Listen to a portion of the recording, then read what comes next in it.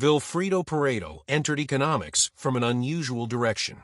Trained as an engineer, educated in mathematics and physics, and shaped by late 19th century Europe's political turbulence, Pareto approached economic life as a system, structured, constrained, and governed by forces that rarely aligned with human intentions. This background matters because Pareto never believed economics was about designing ideal societies. For him, economics was about understanding how societies actually functioned, even when the results felt uncomfortable. Born in Paris to Italian parents in 1848, the year of revolutions across Europe, Pareto grew up amid debates over liberalism, nationalism, and social reform. He initially worked as a civil engineer and industrial manager, which sharpened his interest in efficiency, constraints, and trade-offs. When he later turned fully to economics, he brought with him a deep skepticism of moral claims dressed up as scientific laws. This skepticism would become a defining feature of his work. At the time Pareto was writing, economics was still heavily influenced by classical thinkers like Adam Smith, David Ricardo, and John Stuart Mill. These economists focused on production, labor, and value, often tied to normative ideas about fairness or social improvement. Pareto belonged to a newer generation, later called the neoclassical economists, who emphasized marginal analysis, equilibrium, and individual choice under scarcity. But even among neoclassicals, Pareto stood apart. Where many economists hoped their theories could guide political reform, Pareto believed economics should describe outcomes without prescribing moral judgments. He argued that societies consistently justify unequal outcomes with noble language, progress, justice, efficiency, but beneath those justifications lay persistent structural patterns. Economics, in his view, should strip away rhetoric and analyze those patterns with clinical precision. This perspective shaped his most famous contribution, the concept of Pareto efficiency. Importantly, Pareto did not invent this idea to argue that markets were fair or optimal in a moral sense. Instead, he sought a minimal criterion for evaluating economic states, one that avoided ethical assumptions altogether. A situation, Pareto argued, could be considered efficient if no one could be made better off without making someone else worse off. That was all. No claims about justice. No claims about equality. Just a boundary condition. This definition was deliberately narrow. Pareto efficiency says nothing about how wealth is distributed, whether outcomes are humane, or whether starting conditions are fair. A society with extreme inequality can be Pareto efficient if changing it would harm at least one person, even if that person is already wealthy. Pareto was fully aware of this implication and did not see it as a flaw. For him, it illustrated a deeper truth. Economics alone cannot determine what should be done. Alongside efficiency, Pareto also made a lasting contribution to the study of income distribution. While analyzing wealth data from various European countries, he noticed a striking regularity. Income and wealth followed a highly skewed pattern. A small percentage of the population consistently controlled a large share of total income, regardless of political system, time period, or policy regime. This empirical observation would later be formalized as the Pareto distribution and popularly simplified into the 80-20 rule. Crucially, Pareto did not interpret this pattern as a temporary failure of policy or institutions.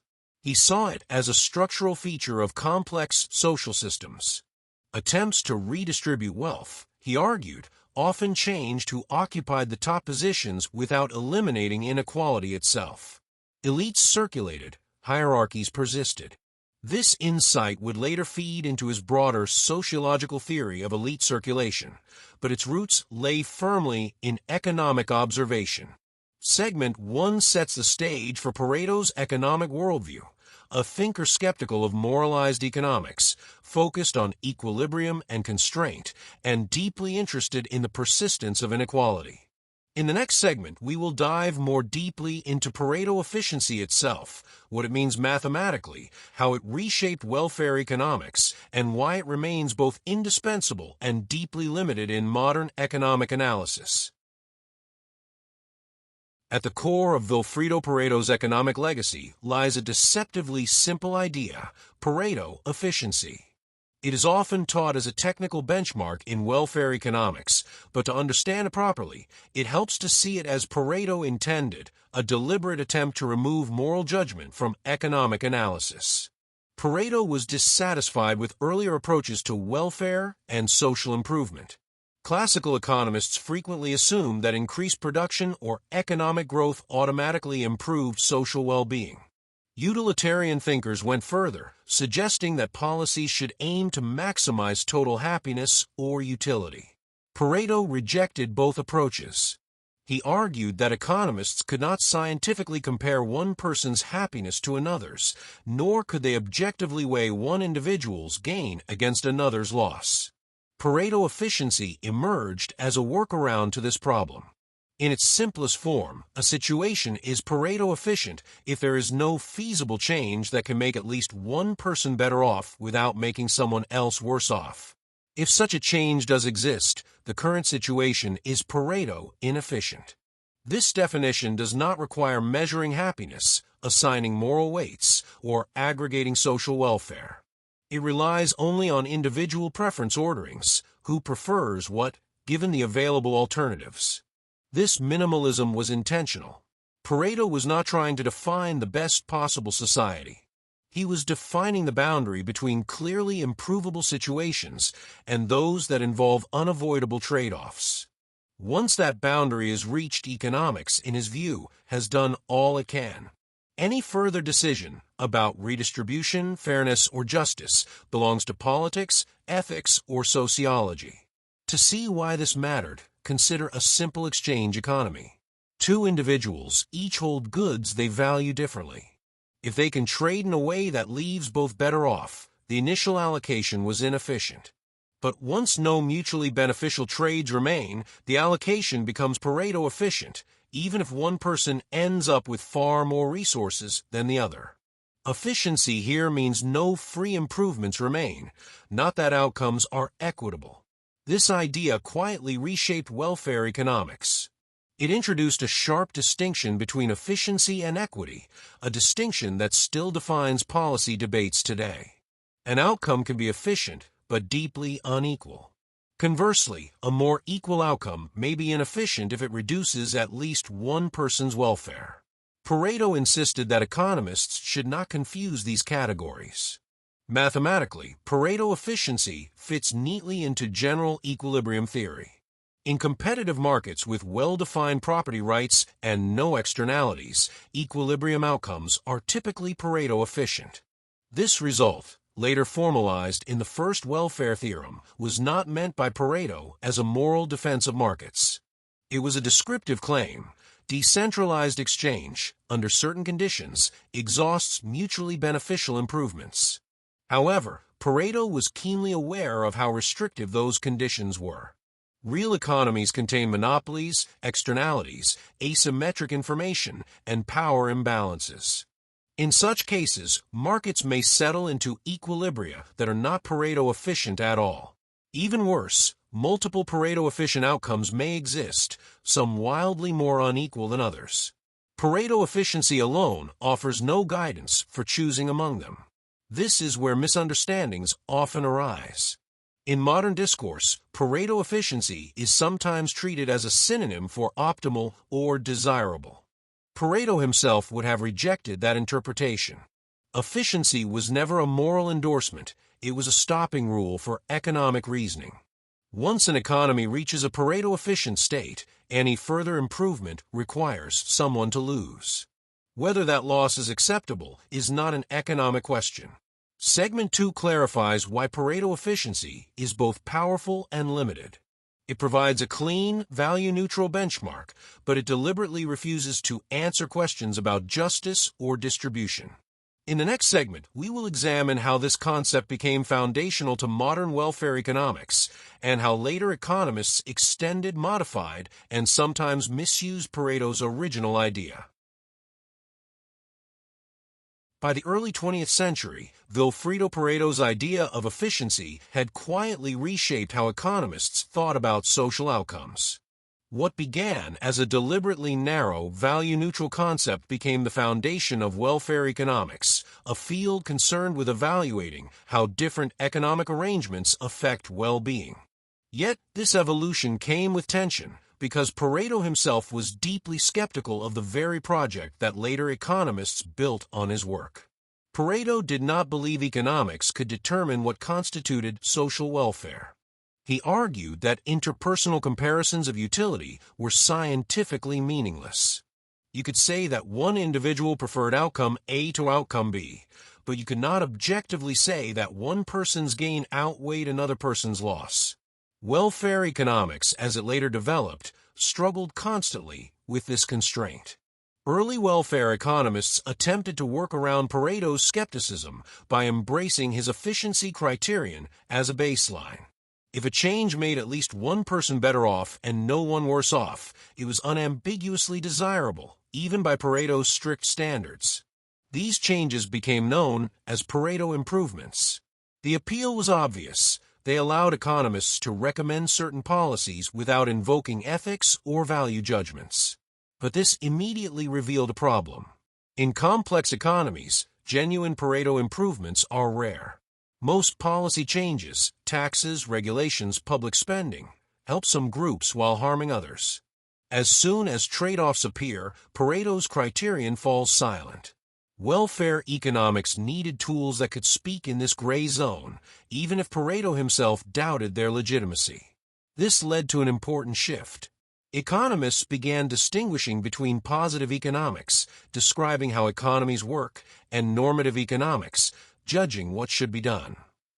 Pareto efficiency became the gold standard of positive analysis. It could identify waste, misallocation, and unrealized gains from trade. But normative decisions, choosing among multiple Pareto-efficient outcomes, were increasingly treated as political choices rather than scientific conclusions. The recognition that many efficient outcomes exist had profound implications.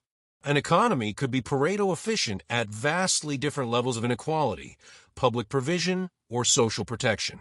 Efficiency alone cannot tell policymakers whether progressive taxation, universal health care, or social insurance were better systems, only whether such systems could be implemented without making someone worse off.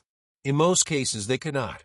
This realization forced welfare economists to confront Pareto's original warning: economics cannot escape values.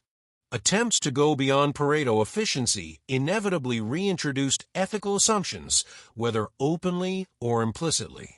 Concepts like social welfare functions emerged, allowing economists to aggregate individual utilities into a single measure, but only by assigning weights to different people's well-being. Pareto would have viewed these weights as political choices masquerading as science. Despite this tension, Pareto efficiency proved indispensable. It provided a clear diagnostic tool. Economists could say with confidence that monopolies, externalities, or poorly designed regulations produced inefficient outcomes, situations where someone could be made better off without harming others. In this role, Pareto's idea functioned like a stress test for institutions, revealing where systems failed even by their own internal logic. Segment 3 shows how Pareto's minimal concept became the backbone of welfare economics while simultaneously limiting it.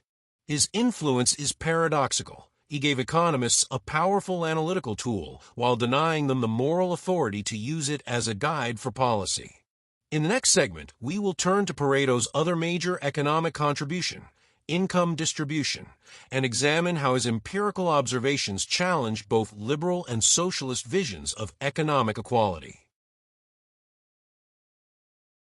While Vilfredo Pareto is often remembered for efficiency, he considered his work on income distribution equally revealing. Unlike his abstract efficiency criterion, this contribution emerged directly from empirical observation. Pareto did not begin with a theory of inequality. He began with data, and what he found unsettled many of the political assumptions of his time. In the late 19th century, Pareto examined income and wealth records from several European countries, including Italy, France, and England. He expected to find differences shaped by institutions, laws, and stages of development. Instead, he noticed a striking regularity. income distributions followed a similar pattern across societies. A small fraction of the population consistently held a disproportionately large share of total income, while the majority clustered at lower levels. When Pareto plotted these distributions, he found they approximated a power law relationship. In modern terms, this means the probability of observing very high incomes declines slowly rather than rapidly. Extreme wealth, while rare, is far more common than it would be under a normal or bell-shaped distribution. This statistical insight became known as the Pareto distribution. The importance of this finding cannot be overstated. At a time when many economists believed inequality was either a transitional phase of capitalism or a consequence of specific institutional failures, Pareto suggested something more unsettling. Inequality appeared to be a structural feature of complex economies. Different political systems changed who was rich, but not the overall shape of the distribution. This observation later evolved into the popular 80-20 rule, the idea that roughly 20% of causes account for 80% of outcomes. While this heuristic oversimplifies Pareto's original work, it captures the intuition he uncovered. Economic outcomes are heavily skewed, with disproportionate influence concentrated among a minority. Pareto was careful not to present this pattern as a moral justification for inequality. Nor did he argue that inequality was socially optimal or desirable. Instead, he treated it as a regularity demanding explanation. Why, he asked, do systems with radically different ideologies converge on similar distributional shapes? Why do attempts at redistribution often alter surface features without changing the underlying pattern? His answer leaned towards structural and behavioral explanations rather than institutional ones. Differences in talent, ambition, risk tolerance, and access to networks compound over time, producing unequal outcomes even in systems designed to promote equality. Redistribution, in his view, might reduce inequality temporarily, but long-term forces tended to reassert themselves. This position placed Pareto in an uncomfortable space politically. He was too empirical and skeptical for egalitarian reformers, yet too critical of elite justifications to be embraced as a defender of laissez-faire capitalism. His work implied limits to what economic policy alone could achieve, a claim that resonated uncomfortably across ideological lines. Segment 4 highlights Pareto's shift from equilibrium and efficiency to distribution and persistence. His income distribution findings challenge the belief that inequality was merely accidental or temporary. In the next segment, we will explore how Pareto connected these economic observations to broader social dynamics, particularly his theory of elite circulation, and why he believed inequality endured even when elites changed. In extending his analysis of income distribution, Vilfredo Pareto began to move beyond economics narrowly defined and into political economy and sociology. What troubled him was not simply that inequality persisted, but that it persisted despite revolutions, reforms, and regime changes. To explain this, Pareto developed one of his most controversial ideas, the circulation of elites. From an economic perspective, Pareto observed that wealth and power tended to concentrate in the hands of a minority, but that minority was not fixed.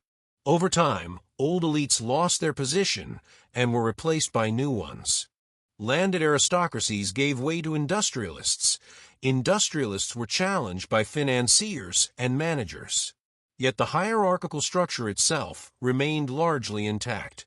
Pareto argued that economic systems require coordination, organization, and decision-making at scale. These functions naturally elevate certain individuals or groups into positions of influence. Inequality, in this sense, was not merely a consequence of exploitation or policy failure, but an emergent feature of complex systems. Elites were not permanent, but elites as a class were persistent. He divided elites into broad categories, often described as foxes and lions. Foxes relied on innovation, persuasion, and adaptability, traits often associated with entrepreneurial or financial elites. Lions relied on force, tradition, and authority, traits linked to military or bureaucratic elites. Economies oscillated between these types as conditions changed. When foxes dominated too long, systems became fragile. When lions dominated, systems became rigid. This framework had clear economic implications. Periods of rapid innovation and market expansion tended to empower fox-like elites, increasing inequality through creative destruction. Over time, as systems stabilized, lion-like elites consolidated gains, protected rents, and slowed change. Redistribution or reform often altered which elite groups benefited, but rarely eliminated elite dominance itself. Crucially, Pareto did not argue that elites were morally superior or uniquely capable, nor did he deny that elites could be corrupt or self-serving. His claim was structural. Any large-scale economic system generates a ruling minority. Attempts to abolish elites entirely, he believed, merely replaced one elite with another, often less competent and more coercive. This view put Pareto at odds with both liberal reformers and socialist theorists. Liberals tended to believe that open markets and meritocracy would gradually reduce inequality. Socialists believed that collective ownership would eliminate class hierarchies. Pareto believed both underestimated the resilience of social stratification. Economic forces, he argued, continuously recreate inequality even under radically different institutional arrangements. Segment 5 shows how Pareto linked economic inequality to broader system dynamics rather than individual injustice alone. His theory suggests that redistribution can change surface outcomes but struggles to alter deep structural patterns. In the next segment, we will examine how Pareto's economic thinking influenced and conflicted with later economists, particularly those grappling with inequality, welfare, and policy design in the 20th century. By the time of his death in 1923, Vilfredo Pareto had reshaped economic analysis in ways that outlived both his political context and his personal controversies. Yet his influence on 20th century economics was uneven. Some of his ideas became foundational, while others remained marginal or deeply contested. Pareto efficiency, in particular, was absorbed almost seamlessly into mainstream economic theory. As general equilibrium models matured, efficiency became a central evaluative benchmark. Economists could analyze markets, policies, and institutions by asking whether resources were allocated in a way that exhausted all mutually beneficial exchanges. This approach fit neatly with formal modeling and mathematical rigor, qualities that came to define modern economics. However, Pareto's insistence on value neutrality created a lasting tension. Many economists wanted their models to inform policy, not merely describe constraints. Over time, Pareto efficiency was often treated less as a boundary condition and more as a normative goal. Market outcomes that were efficient were implicitly framed as desirable, even when distributional consequences were severe. This shift moved well beyond Pareto's original intent. At the same time, his work on income distribution had a more complicated afterlife. While the Pareto distribution was empirically robust at the top end of income and wealth, it did not explain middle and lower income dynamics as well. Later economists refined his insights using more complex statistical tools, blending power law behavior with log-normal distributions. Still, Pareto's core observation, that inequality follows persistent patterns, remained influential. Economists studying taxation and redistribution grappled directly with Pareto's implications. If inequality is structurally persistent, what can policy realistically achieve? Some interpreted Pareto as a cautionary voice, warning against overly ambitious redistribution schemes. Others saw his findings as a reason to focus on opportunity, mobility, and institutional design rather than equality of outcomes. Interestingly, Pareto's influence was often strongest in what economists did not claim. His skepticism toward interpersonal utility comparisons discouraged explicit moral language in economic models. This helped shape the discipline's self-image as a positive, scientific enterprise, even as critics argued that values were merely being hidden rather than removed. Segment 6 highlights Pareto's ambiguous legacy. His concepts became indispensable tools, yet their philosophical foundations were often softened or ignored. In the next segment, we will examine the criticisms of Pareto's economic theories, both technical and ethical, and explore why his ideas continue to provoke debate rather than consensus. As influential as Vilfredo Pareto has been, his economic theories have attracted sustained criticism, particularly his strict separation of efficiency from ethics. While Pareto saw this separation as a scientific necessity, many later economists and philosophers viewed it as an artificial constraint that limited the usefulness of economic analysis. One major critique targets Pareto efficiency's silence on distribution. Because any change that harms even one individual fails the Pareto test, the criterion effectively privileges the status quo. Existing property rights and initial endowments become morally untouchable, even if they were acquired through historical injustice or unequal power. Critics argue that this makes Pareto efficiency a conservative benchmark, biased toward preserving existing inequalities. This criticism becomes especially sharp in policy contexts. Almost any meaningful reform, progressive taxation, environmental regulation, labor protections, creates losers as well as winners. Under a strict Pareto framework, such reforms cannot be judged as improvements, even if they produce large net benefits. As a result, Pareto efficiency offers little guidance in real-world decision-making, where trade-offs are unavoidable. Another critique focuses on Pareto's rejection of interpersonal utility comparisons. While Pareto argued that such comparisons were unscientific, critics counter that avoiding them does not eliminate value judgments, it merely conceals them. Policy decisions always involve implicit assumptions about whose welfare matters and by how much. By refusing to formalize these assumptions, economists may give undue authority to technical analysis while avoiding moral accountability. Pareto's work on income distribution also faced criticism. While the Pareto distribution captures extreme inequality well, it can be misused to suggest that inequality is inevitable or immune to policy. Critics argue that this interpretation risks naturalizing social outcomes that are, in fact, shaped by institutions, power relations, and historical contingencies.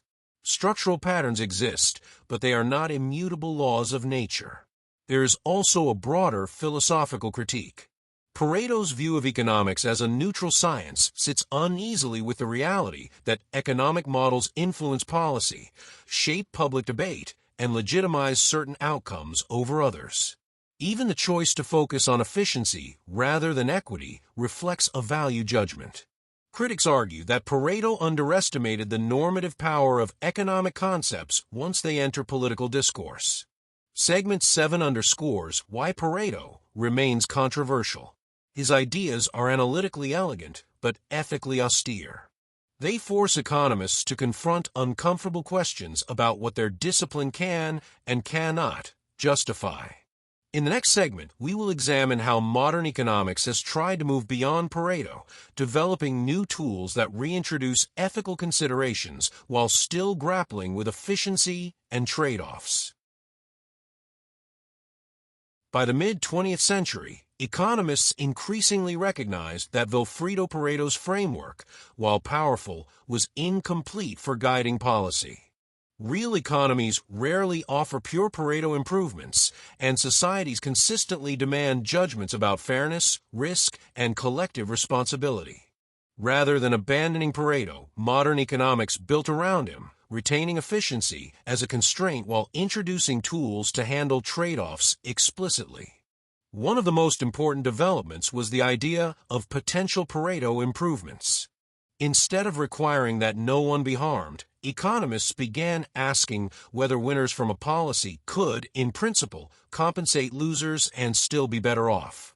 This logic underlies cost, benefit analysis, and the Kaldor-Hicks criterion. While Pareto himself would have rejected this move as ethically loaded, it allowed economists to evaluate policies that produced net gains even when some groups suffered losses. This shift marked a subtle but profound change. Economics moved from asking, "Is anyone worse off?" to "Are total gains large enough to justify the losses?" That question inevitably involves value judgments about compensation, distribution, and acceptable harm, but it made economic analysis more relevant to real-world decisions. At the same time, economists began explicitly modeling social preferences. Social welfare functions allowed analysts to aggregate individual utilities into a single measure of societal well-being. Unlike Pareto efficiency, these functions require normative assumptions: how much weight to give to the poor versus the rich, current versus future generations, or certainty versus risk.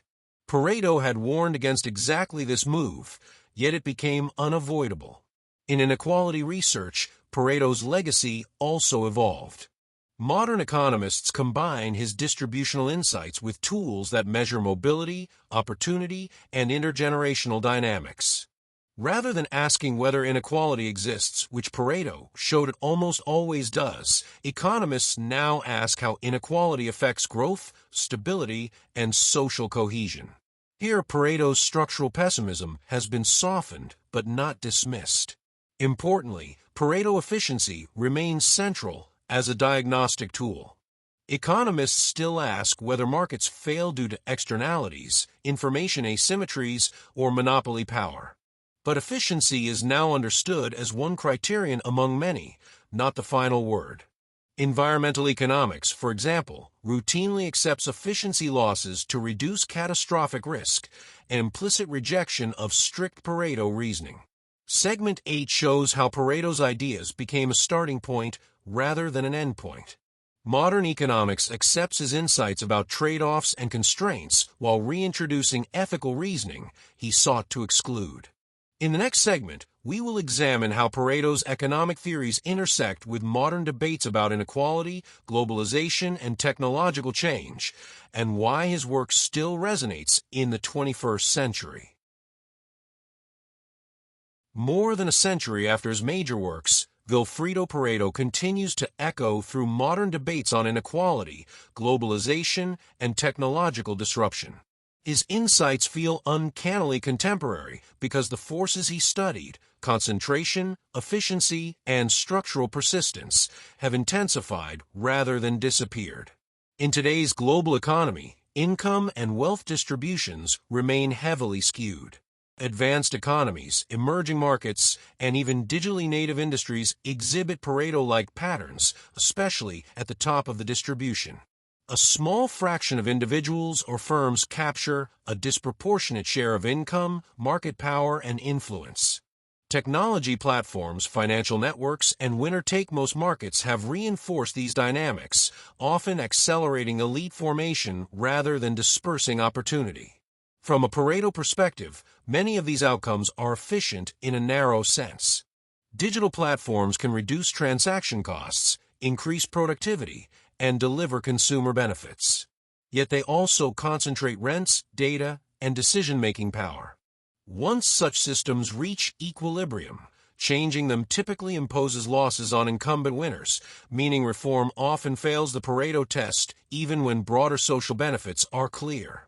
This tension is especially visible in debates over globalization. Trade liberalization often creates large aggregate gains, but distributes them unevenly. Some regions, sectors, or workers lose out, sometimes permanently. Strict Pareto reasoning offers little guidance here. Trade reforms are rarely Pareto improvements, yet few economists deny their long-run benefits. The gap between efficiency and equity that Pareto identified has become one of the central policy challenges of the modern era. Technological change adds another layer. Automation and artificial intelligence increase productivity, but can displace workers and polarize labor markets. From a Pareto-efficient standpoint, these transitions are problematic unless displaced workers are fully compensated, something that rarely happens. As a result, societies must decide whether to accept short-term losses for long-term gains, a decision that lies squarely outside Pareto's framework.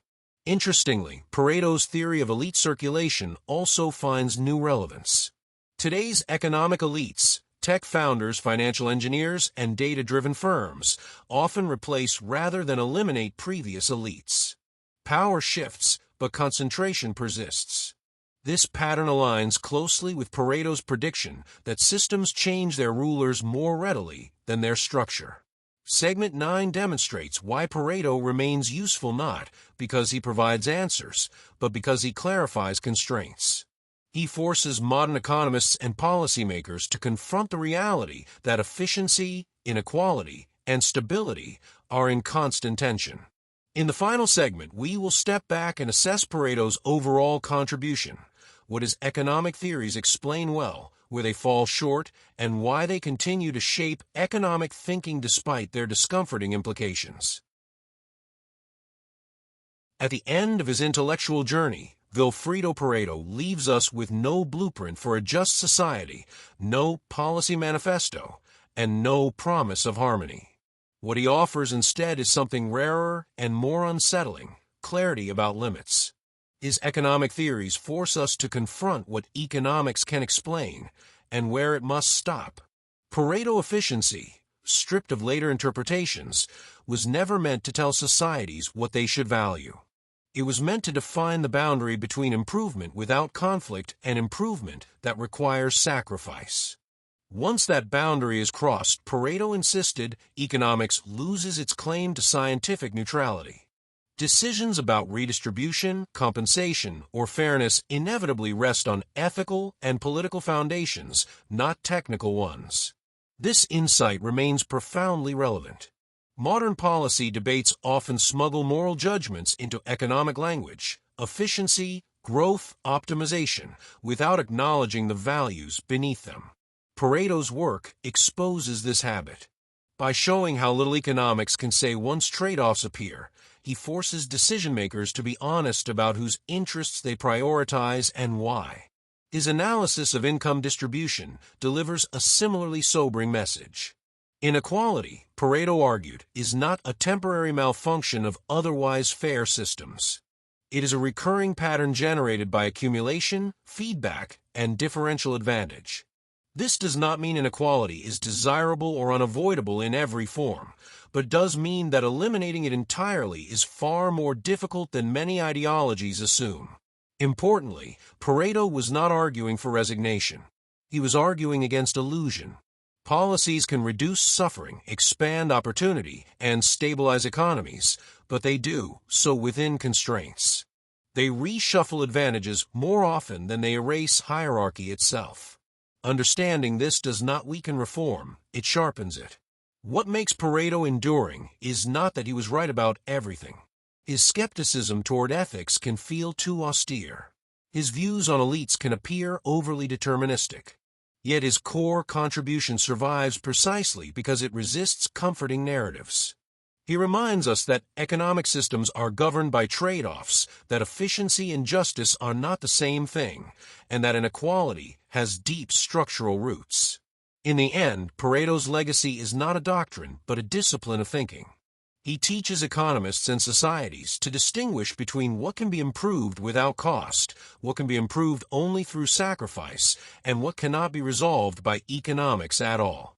That distinction, uncomfortable as it is, remains one of the most valuable tools we have for understanding the economic world we inhabit.